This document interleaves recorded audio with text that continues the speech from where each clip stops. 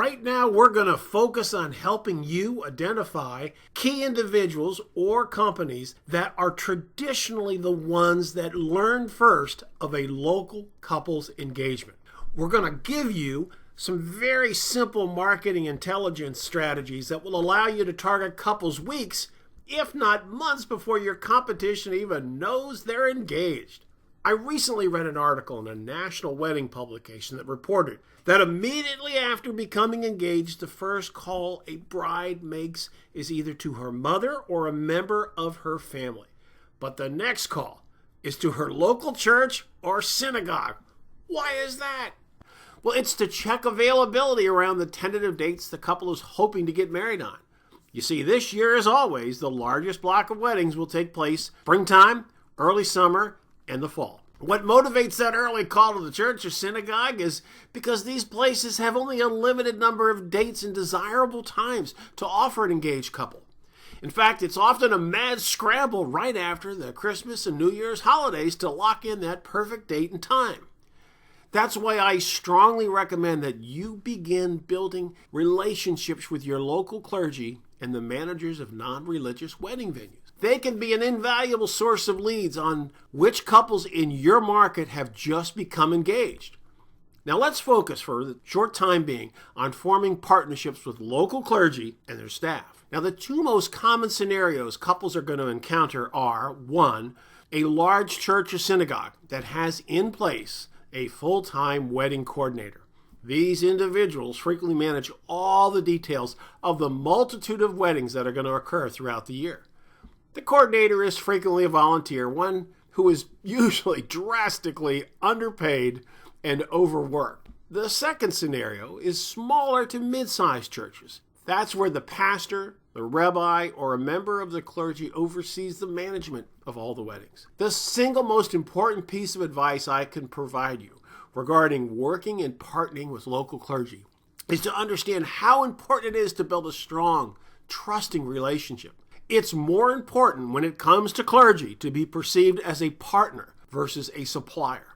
Why? Well, the clergy's objective is to work with outside organizations and individuals who can help them provide their congregation with a lovely wedding experience. Establishing a professional relationship, one built on trust, will generate more future referrals than anything else in marketing you can do. I was privileged to co-author a book entitled Speaking of Success with the great Stephen Covey. He would often tell us when we were writing that book that trust is the one thing that strengthens everything. Trust affects the quality of every business relationship, every communication, every project, and every venture. So building long-term business relationships with local clergy will take time, but wow, do they pay off. In addition to weddings, your local clergy can also introduce you to business leaders, club presidents, association executives, etc. When you receive an endorsement or a recommendation for a member of the clergy, it brings with it implied trust, what marketers coincidentally call the halo effect. The job of establishing rapport and trust with a couple is far easier when you are introduced to them by a member of the clergy or someone on the church's staff. Do not hesitate for a moment to reach out to clergy. Why? Because you've got a really unique skill set. You and your company can be a great deal of help to them down the road. For example, you understand sales, marketing, advertising, and social media. These are skills that can be challenging for many busy clergy. As a partner, you can help them raise money, manage promotions, find sponsors, attract advertisers. In short, you can be a coach and a consultant, not just another wedding vendor. Your company most likely has the ability to trade out. Now, why is that so important? Because almost every synagogue, church, and nonprofit wedding venue has to raise funds. They frequently do this with a series of year-round promotions, raffles, sweepstakes, and silent auctions. For example, if you work for a wedding venue, a hotel, a resort, a restaurant, or any travel company, you may have access to both products and services that you can easily trade out in exchange for first access to all wedding leads. For example, a dinner in your restaurant, a free night stay based on space availability, free meeting space. You can provide loyalty points if your brand has a frequency program. Needless to say, local clergy will benefit from a strong relationship with you, so don't hesitate to reach out. Now remember, some clergy may have difficulty asking for it, so be proactive in offering all the different ways you can help. Now, let's focus specifically on those churches and synagogues that employ a full-time wedding coordinator. An initial call to the synagogue or church will get you the coordinator's information, and it couldn't be easier than Sales Prospecting 101.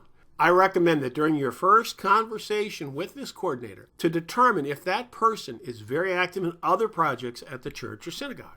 For example, do they sit on other committees, serve on the board, volunteer for fundraisers? As your relationship grows, you will be able to help them with all these other activities. For this reason alone, they may be more receptive to providing you with first crack at the wedding referrals versus all the other vendors and suppliers that approach them. Why? Well, once again, you're in a position to help them with the many projects at their church and synagogue.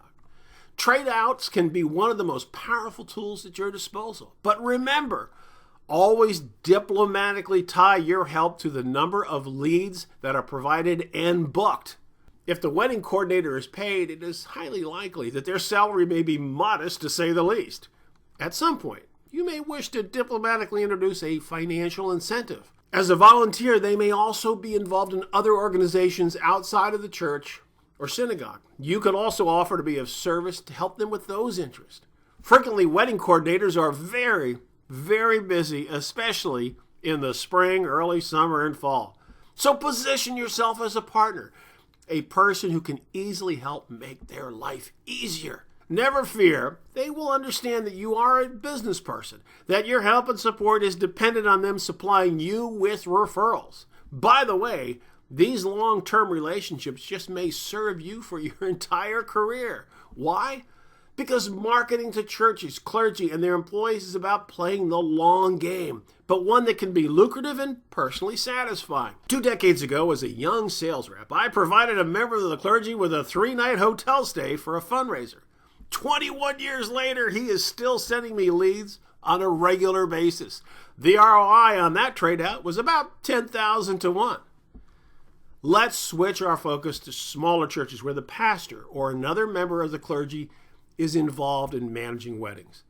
Your objective is the same. Position yourself as a partner, a consultant, even a coach. As a sales professional, you've got skills and talents any church or synagogue can use.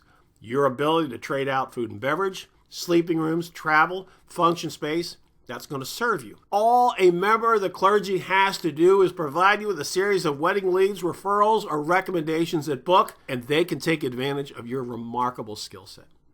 When you receive that first lead, please take my advice. Never let more than 12 hours go by without profoundly thanking and acknowledging the rabbi, the pastor, or the wedding coordinator. Why?